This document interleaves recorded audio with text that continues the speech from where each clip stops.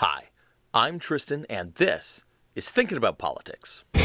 So today, we're celebrating the 18th anniversary of the decision Goodridge versus Department of Public Health from the Massachusetts Supreme Judicial Court. That's the court decision that extended the right to marry to same-sex couples in the state of Massachusetts. Stick around and we will tell you fine people an epic tale of good triumphing in the face of adversity. I will also tell you how apartheid South Africa factored into this decision in a weird way. And, hey, if that sounds like your idea of a good time, why don't you go ahead and give us a like or a subscribe.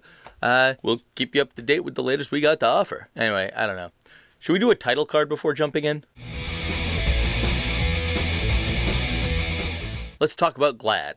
That's the Gay and Lesbian Advocates and Defenders. This is a nonprofit group that engages in public advocacy and strategic litigation, quote, to create a just society free of discrimination based on gender identity and expression, HIV status, and sexual orientation. Through the years, this group has taken a number of cases trying to make life better for the gay and lesbian community. GLAAD itself was founded as a defense organization in 1978 because the Suffolk County, Greater Boston, district attorney had set up a tip line for people to report on alleged activities of gay men. And even though there were calls to litigate the issue of marriage, at the inception of GLAAD, I've heard the lead attorney for GLAAD in the Goodridge decision, Mary Bonato, talk about this. And, as she tells it, yeah, we want to litigate the right to marriage, but at the same time, back in the 70s and 80s, you still had situations where people were, being beaten in public just for being gay. It still happens, but obviously, society has moved tremendously on this issue. And now, the full scope of GLAAD's legal strategy and its ultimate path to victory is full of its own ups and downs and is just its own great story. It really deserves its own video. But however we get there, in April 2001, the time was finally right to litigate the issue. GLAAD would sue for the right to marry. First, they had to go around finding the proper couples, and they ended up settling upon 7 couples in Massachusetts from diverse backgrounds, representing, diverse walks of life and a broader reflection of the gay experience than, was probably popular at that time. Attorney for the GLAAD plaintiffs, Mary Bonato, would later write, "Where the plaintiffs are the heart and soul of the case, the job of plaintiff selection is critical. Deciding among the many potential couples is at least as much a function of the lawyer's gut as a function of objective measures. Starting with those who had contacted GLAAD about marriage over the years and warning that lawyers ask lots of nosy questions, I asked the potential plaintiffs the obvious. How did they meet and commit? How long had they been together? Why marriage and why not some other legal protection? What kinds of problems had they faced from being denied marriage? Had it affected their children? What kinds of stress had they endured as a couple? So we got the key movers here. We have GLAAD, and we have the 7 plaintiff couples. So let's talk a little bit about what they're suing over. Chapter 207 of the Massachusetts General Laws sets forth the minimum requirements for obtaining a marriage license. And the law also forbids certain types of marriages from occurring, such as polygamous marriages, or marriage under a certain age, or marriage of a close relative, and at the time, same-sex couples as well. Well, between March and April 2001, all 7 plaintiff couples went to their respective city clerks. They filled out all of the marriage license paperwork correctly and honestly, and they submitted their request for a marriage license. All 7 were denied. The basis for the denial? The state of Massachusetts does not recognize same-sex couples. And so think about it. There's a thing called marriage that exists in law. It creates all sorts of protections in law. And if you can't obtain a license to get married, you ain't getting legally married. And you're not going to get those protections. So by denying access to the license, you are denying access to civil marriage. But that's okay, because these 7 plaintiffs, Mary Bonato and the good folks at GLAAD, were ready to take their place on the stage of history. But before you can have a big historic win in a Supreme Court in dramatic fashion, you gotta sue in the Superior Court. That's what you call the lower level court in Massachusetts. So this is what GLAAD did. In April 2001, they filed a lawsuit in Massachusetts Superior Court. They were suing the Department of Public Health, the agency that oversaw marriage licenses and wrote those regulations. The GLAAD plaintiffs were asking this judge, Thomas Connolly, to rule that the exclusion of same-sex couples from the right of civil marriage is a violation of the Massachusetts Constitution.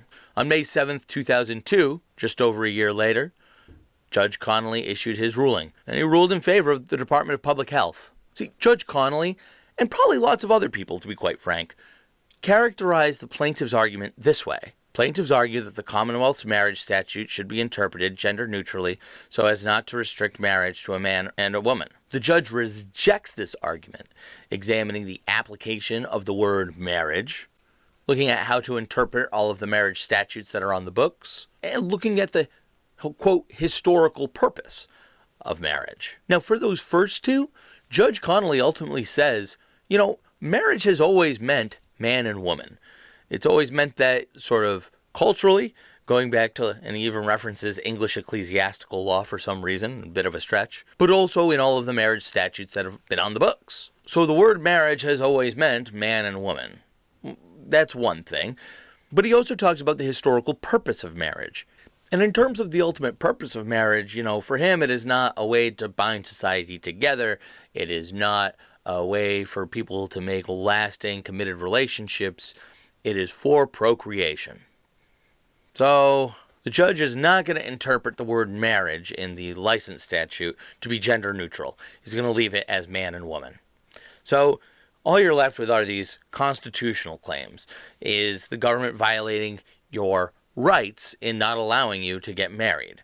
As Judge Connolly correctly points out, while there is no right to marry expressly in the Constitution of Massachusetts or the federal Constitution, we are guaranteed basic liberties. And under these basic liberties, the right to choose our own mate and to marry under free will is one of them, for straight people anyway. It's a deeply rooted right that goes back into our collective traditions. So Judge Connolly says that this court cannot conclude that a right to same-sex marriage is so rooted in the traditions and collective conscience of our people that failure to recognize it would violate the fundamental principles of liberty and justice that lie at the base of all our civil and political institutions. So there is a fundamental right to marriage, meaning man and woman. There is no fundamental right to civil marriage for same-sex couples. Got it. So, as an attorney, these aren't the worst arguments as far as that goes. Don't get me wrong, they're not the best, and I disagree with them, but it's the kind of stuff you could picture an attorney saying. Because up to this point, this judge has a leg to stand on. There is an argument. And the way our court system works is that you got to give deference generally to the first guy who looks at a case. So, so far, you got to give deference to this guy. Yeah, wow, maybe he has some good points. But then we get here. The Achilles heel of this whole argument. And the judge only spends 4 paragraphs addressing it. See, a little background. Whenever the government wants to do something, it will often end up treating people differently for different reasons.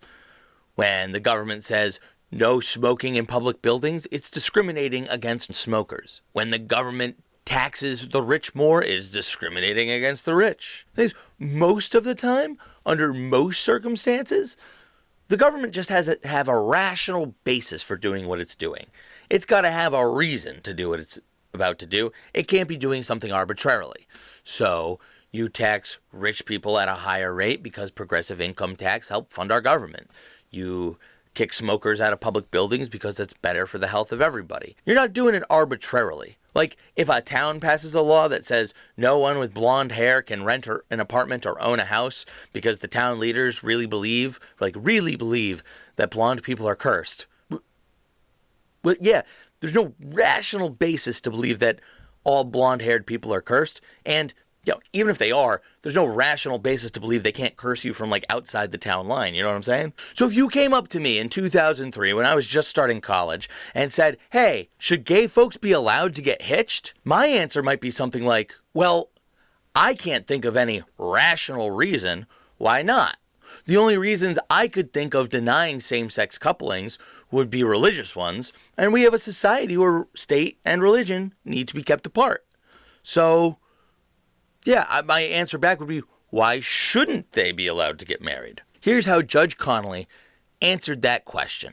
If you assume that the essential purpose of marriage is procreation, and that's pretty suspect, you can read a rational interest the state might have in limiting the legal protections of marriage to those who are capable of procreation. But Catch this.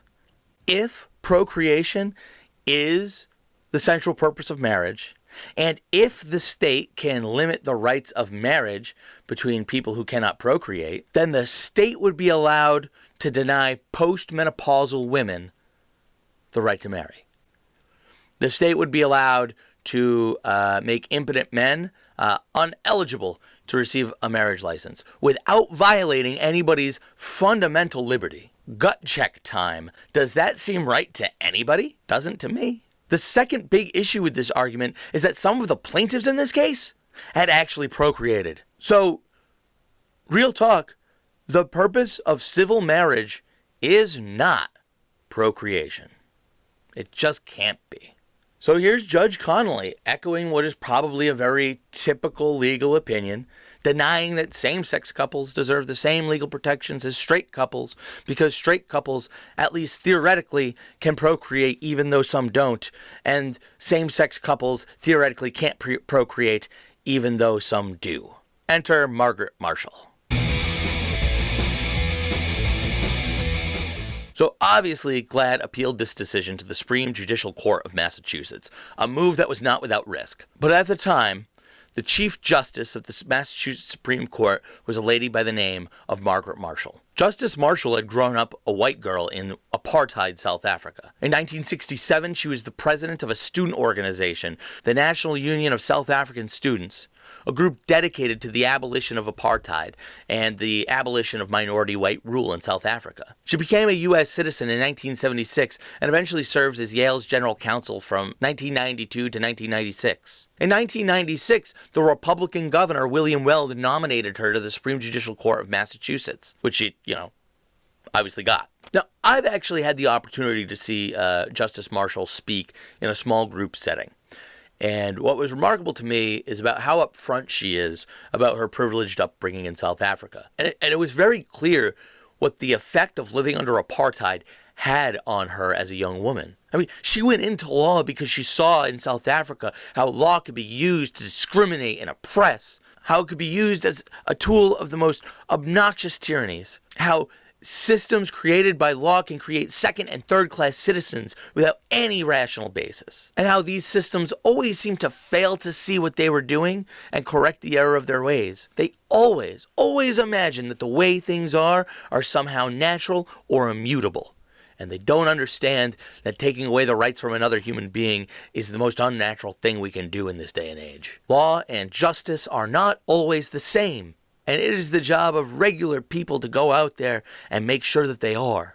Well, that's how Margret Marshall seemed to understand things anyway. So Justice Marshall understood this issue in a way that Judge Connolly simply could not. Let me just read you the first paragraph of this decision. There is nothing I can add here. Marriage is a vital social institution. The exclusive commitment of two individuals to each other nurtures love and mutual support. It brings stability to our society. For those who choose to marry and for their children, marriage provides an abundance of legal, financial, and social benefits. In return, it imposes weighty legal, financial, and social obligations. The question before us is whether, consistent with the Massachusetts Constitution, the Commonwealth may deny the protections, benefits, and obligations conferred by civil marriage to two individuals of the same sex who wish to marry. We conclude it may not. The Massachusetts Constitution affirms the dignity and equality of all individuals. It forbids the creation of second-class citizens. In reaching our conclusion, we have given full deference to the arguments made by the Commonwealth, but it has failed to identify any constitutionally adequate reason for denying civil marriage to same-sex couples.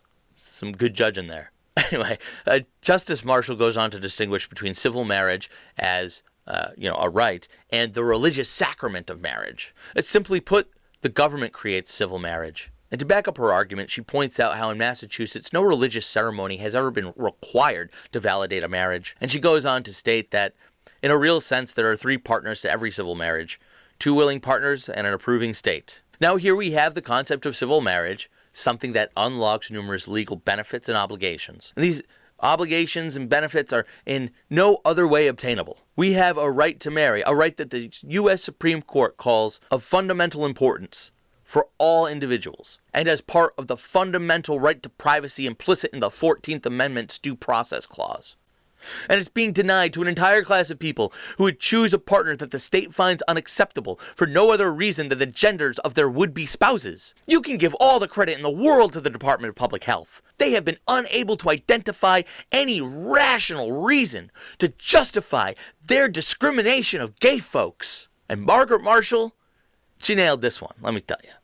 I can't help but think that her experience in apartheid South Africa helped guide her thinking on this. I don't know that, I'm just assuming. She understood how going the other way would allow law to be a force of discrimination, not equality. It would be something that strips rights away from people, not protects them. It would be something that acts arbitrarily, not with reason. Sometimes in American law and politics, you have people who step up and do the unequivocal right thing. This was one of those times. And you know, as a cisgendered straight white man, I could go on and on about what this case has meant to me and, you know, how empowered I feel reading it. But I'm going to give the last word on this one to Mary Bonato, who wrote years after arguing the case. I stand with those who predict that the Goodridge decision will come to be regarded as a triumph of freedom. It will increasingly be seen, as some people already experience it, a beacon of hope, fairness, and equality. America at a crossroads and choosing the path of fairness. Amen, sister. But that's it for me. I mean, y'all been great. Hope to see you again next time. But until then, keep thinking.